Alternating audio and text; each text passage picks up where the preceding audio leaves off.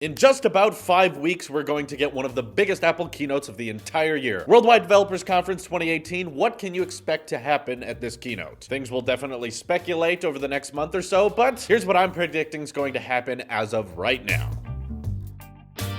The primary focus of the Worldwide Developers Conference is to highlight software. I think this one is particularly going to have a lot more hardware than we usually have, but I think that will be at the forefront of the event. Obviously, they'll focus on kind of the small stuff first and make their way up to the big stuff because they want you to stay throughout the whole thing, which is usually, like they did in the Worldwide Developers Conference last year, why they release all the hardware at the end. So this will start with the small operating systems like tvOS. This could be getting some small updates like picture-in-picture, maybe building Netflix into the Apple TV app or something like that, some basic stuff, then working up to watchOS 5, which is rumored to possibly have third-party watch faces. I'm not really sure how I feel about that. You know, originally when it came out, I was like, yeah, why can't we have third-party watch faces? But I've used Android Wear, and I know what third-party watch faces are like, and I can tell why Apple is kind of hesitant to be like, no, we don't want you making weird stuff on our hardware. But there's been some code to leak to that possibly happening. So, on top of that, I'm sure we're still going to be getting some type of new watch faces, whether it's third party or directly from Apple. watchOS 5 is likely to be a small upgrade just because it's hard for me to think of things they can add. But then we'll start getting into the bigger stuff, and that is macOS and iOS 12. With macOS, I'm really hoping for some actual graphical redesigns. There's some concepts I've seen that people have made of what they want macOS to do and how they want it to look a bit more like iOS. But for the most part, that's really the only direction macOS can go. Usually, if you change too much about macOS at one time, people get really upset. So Apple, I kind of think they tread a little bit lightly with the macOS redesigns. They don't want to go too crazy there. But iOS 12 is, of course, the big one, with a lot of people anticipating it being a patching bugs kind of release. Because iOS 11 was notoriously known for being a bumpy release. Lots of bugs, lots of glitches. Depending on who you ask, I've met some people that have found iOS 11 unusable, and some people who have loved iOS 11 and had very minimal problems with it overall. I personally think it's a bad idea for Apple to cater an entire operating system over the idea of there won't be any glitches or bugs here, because then when there are inevitably glitches and bugs, the criticism of it is exponentially worse, because now people not only say this isn't supposed to happen, but you said this wouldn't happen and here it is happening. So that's probably a bad idea to cater a whole operating system over there won't be any problems, because there will be, there always are. What they're rumored to do is even bring iOS 12 support to the iPhone 5S, making that phone having support over the span of 6 years. Given that it was released in September of 2013, iOS 12 is going to be the mainstream operating system all the way into 2019 till the summer. That's a long time to get support. Now, I understand a lot of you are thinking, well, newer operating systems on old hardware is not very good on that old hardware. It makes it slow down, it makes it laggier. That's why I'm personally hoping Apple is able to redesign iOS on older phones and smaller phones to be a bit more minimal. Plenty of concept artists have done this and looked at how iOS 12 could potentially be redesigned differently for older models so that it doesn't lag them out of control and stuff a bunch of features on there that aren't really designed for that 4-inch screen. So I'm hoping they do that. Obviously, this is going to be the biggest change with a lot of unpredictable changes because it's stretching from iPhone 10 down to 5S all the way up to 12.9-inch iPad Pro. The amount of changes we could get in iOS 12 is really unlimited, and there's plenty of things I'm sure you guys want, between dark mode, new materialistic design, more widgets on the home screen, more customization, all of that good stuff. I could do a whole video on just that, and we probably will, but just remind me of your favorite features or what you'd like to see added with iOS 12 in the comments. But then moving on from software, and I think that will be the primary focus of this keynote, we're also getting some very exciting hardware. Just like last year, Apple's rumored to be releasing their new versions of the iPad Pro, and these ones are going to be different. These things are going to be changing the game. The idea with the new iPad Pros is that they're going to be bringing the feel and look of the iPhone 10 into the iPad lineup, because right now, I'm sure Apple's already getting tired of the complaint that people are used to swiping up, they're used to gesture controls, they're used to Face ID, just looking at their device and it unlocks. iPad Pro is very dated in that sense. It still has a home button, it still has Touch ID. In fact, it has a moving home button, something iPhones haven't had since the 6S. iPhone users are used to their home button being solid and just the Taptic engine going off. I'm not sure if they'll be able to add that to the iPad, but I don't think they'll need to, because my guess is that with the new iPad Pros coming in two sizes, 10.5-inch and 12.9, they're going to be moving entirely to gesture controls, just meaning swipe up to go to the home screen, screen, likely gonna have that home bar on the bottom of the iPad, which means we can have the same size bezel around the entire iPad once again, which we haven't had since the original iPad design, but I'm personally really curious to see where Apple finds that sweet spot in bezels are gonna be the same size all the way around, but they gotta be big enough that we can still hold our iPad comfortably and not set off the display on accident all the time. These iPads are also going to have the most powerful A series of chips ever, the A11X, which is rumored to be a hexa-core, probably with 4 primary powerful cores and 2 backup cores for low-end tasks. And then the big wild card, will Apple keep the aluminum backs of the iPad, or are they going to try something very ambitious that not many other companies have tried and start to try to adopt inductive charging on the iPad Pro and go ahead with that glass back? This is a big wild card because there's not much evidence going to support this. Personally, I think it will heavily depend on if AirPower is actually going to come out. Of course, hashtag WearPower. I'm upset that it's not out yet. We even saw these leaked pictures that turned out to be fake. Smart on that knockoff company though. Everyone was like, we want AirPower. So that fake company was like, okay, here's AirPower. And technically, they're the first ones to release it because AirPower from Apple, not out yet. But if Apple is able to release that, or at least keep us up to date on a release date for that charge mat, then I would assume that the new iPad Pros would have that new form of Apple certified inductive charging, and you'd be able to charge your iPad wirelessly via that AirPower charge mat, which would be really cool. Again, huge wild shot, probably not going to happen. But one thing I do hope happens is that since these new iPads are going to have Face ID, as in that's a lot of sensors to have on the front of the device, we stick with black bezels. Apple's already showing favoritism towards black bezels with the red iPhone 8, so I'm hoping that we don't get any more white bezeled iPads because I just love the look and the contrast of, you know, blush gold, space gray, and silver with completely black bezels on the front. And I think that's what they were going for with the iPhone 10. I hope they bring that over to the iPad Pros as well. They'll look amazing, and I plan on buying a 12.9-inch 2018 iPad Pro, so I'm very excited to see what type of powerful beast we can get with that device. Then I think the one more thing of the keynote, the special surprise, will be the iPhone SE. Finally getting a refresh after 2 years for those people who wanted it. We all want to see it. I think the people who prefer 4-inch iPhones, they don't get represented enough in the Apple lineup, so they're going to give the SE the same treatment the iPhone 8 got. It'll have a glass back, it'll have an A11 chip. Maybe that's a little overkill, so it could be an A10 Fusion or just an A10 chip, but regardless, either one would be an upgrade from the current SE. Probably camera enhancements. It's rumored to not have a headphone jack. Don't believe these fake images that are going around. Don't believe them. They're just dummy models you can buy off the Chinese market. The reports are saying the SE will not have a headphone jack. I'm hoping it's going to have stereo speakers, it'll have water resistance, better cameras, and of course the wireless charging feature, which the people who want budget iPhones would be extremely happy to see. And I think at a developers conference where there's a lot of younger people and a lot of younger generations, that would be a great time to demo how iOS 12 works perfectly on an iPhone 10 and all the way down to a 4-inch iPhone, meant for budget users. So that gives them a grand total of like 6 different things to talk about. I think this is going to be a very stocked full keynote. I don't think there's going to be any new iPhone 10 colors. Some people were predicting that. I think it's too late in the game with the September keynote right around the corner. Obviously, there's that 11th model number, which we're really not sure what it is, meaning that there's some type of hardware that's going to ship with iOS 11, which is kind of an interesting Easter egg. Like, what could this reveal be? One wild card idea me and my friend Xander had was, could this be the iPad mini refresh people have wanted for so long? Refresh the SE, refresh the mini all at the same time? That could be interesting. What are your guys' theories? Don't you dare try to tell me it's an iPod. It is not. iPods are dead. They're probably going to get discontinued this year for good. Now I know what the comments are filled with. But on top of that, we cannot forget we're going to get Mac refreshes between the iMac, the MacBooks. Probably not design, but just processor GPU advancements, the new Radeon Pro GPUs, new 8th generation Intel cores. We'll get refreshes there, but not new designs. Anyway, what else do you guys want to see at WWDC? Let me know in the comments below. This is your Apple Sheep here, and I will see you in the next one.